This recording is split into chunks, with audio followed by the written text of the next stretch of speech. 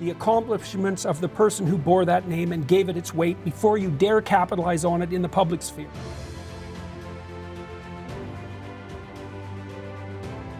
It's not an accident that the axiomatic Western individual is someone who was unfairly nailed to a cross and tortured. It's like, yes, right, exactly. So what do you do about that? I thought about that for a long time too. It's like, well, you don't get together in a damn mob, because all that does is allow you to be as horrible as you could possibly imagine and suffer from none of the consequences. That's a bad idea. So how about we don't do that? There's a deep idea in the West too. It's like, pick up your damn suffering and bear it and try to be a good person so you don't make it worse. Well, that's a truth. I read a lot about the terrible things that people have done to each other. You just cannot even imagine it. So awful. So you don't want to be someone like that. Now, do you have a reason to be? Yes, you have lots of reasons to be. And there's going to be a fair bit of pain along the way, and lots of it's going to be unfair. It's like, yeah, no wonder you're resentful. If you really want to become successful, you're going to have to make sure that you are able to do anything that you put your mind to. And that even means conquering your fears. And the best way to overcome them is by just doing them. If you're scared of heights, find a way to go skydiving or bungee jumping or something along those lines in which you tackle that fear head on. Because it's been said time and time again that life puts the greatest things on the other side of fear. Because in actuality, there's not a lot of things to genuinely be afraid of. There's so much things in this world that you are afraid of that aren't bad. They're actually good for you and they can be enjoyable. But in your mind and in your body and in your soul, you are terrified for some unknown reason of something going wrong, when the chances of that happening are slim to none. And if they do, it happens. Oh well. Then at least you try to tackle your fears and try to grow and learn something from that experience and figure out that there's a lot more to this world than living in your little bubble. And if you do something and you end up being scared of it, that's all right, but you need to know that you tried. You attempted to try to overcome and try again later, because you may grow and learn more information that will alleviate your fear from whatever it is. And the greatest thing about fear is it excites you. You get excited about it and trying to conquer it, because once you do, that is an incredible feeling, and you will become successful if you decide to conquer your fears.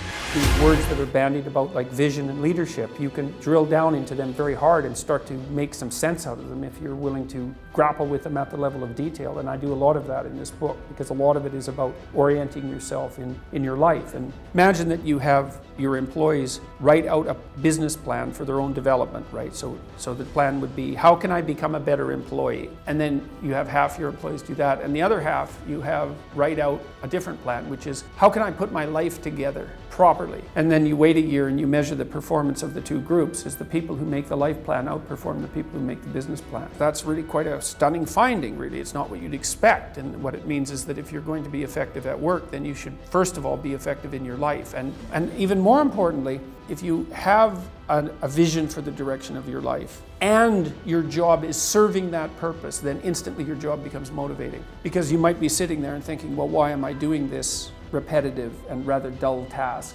Your memory systems, the hippocampus looks inside your memory systems to see what it is that you want to have happen based on your understanding of the world. So you're in a motivated state, but you have certain expectations that make sense within that state. So the hippocampus is watching what you think is going to happen. But remember, that's motivated, it's not just expectation. And then the hippocampus is also looking at the world. It's looking at an interpretation of the world, because you can't help but interpret the world. But fundamentally, the hippocampus is looking inside you and outside you. And then it's seeing if what's happening inside and what's happening outside are the same, which means you know what you're doing and you know where you are. And if they're the same, so if it detects a match, then the hippocampus inhibits the amygdala and the hypothalamus, roughly speaking. Now, what it actually seems to do, there's a little circuit in your brainstem called the reticular activating circuit. And it's the thing that turns your brain on at night if you're sleeping and you hear a noise that you shouldn't hear. It's like, bang, you're awake. It's the reticular activating system way down in your brainstem, puts your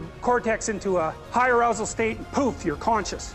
Well, it's a matter of mimicry. You know, for me to feel empathy for you, I have to see the world through your eyes. And I do that with my body. What I do, technically, is I attempt to determine what your goal is. And I do that by observing well, your nonverbal behavior substantially, your verbal behavior as well, especially the direction of your eyes. And I get some sense of what you're focused on as a consequence of that. And because of that, I can also focus on that. And if I do the same thing, then my body reacts the same way yours does, in which case I feel emotions that are similar to yours. And then I can understand you. And so when you go to a movie or you read a piece of literature, you focus on the protagonist or whatever, or the series of protagonists, and you identify their goals. And by identifying their goals, you can place yourself in the same state of mind that they are, and then you can embody their emotions. It's not a cognitive process, it's an embodied process, and then you can read off your emotions and infer what they might be thinking. Thank you for watching. If you enjoyed this video, be sure to like, comment, share, and subscribe for more content.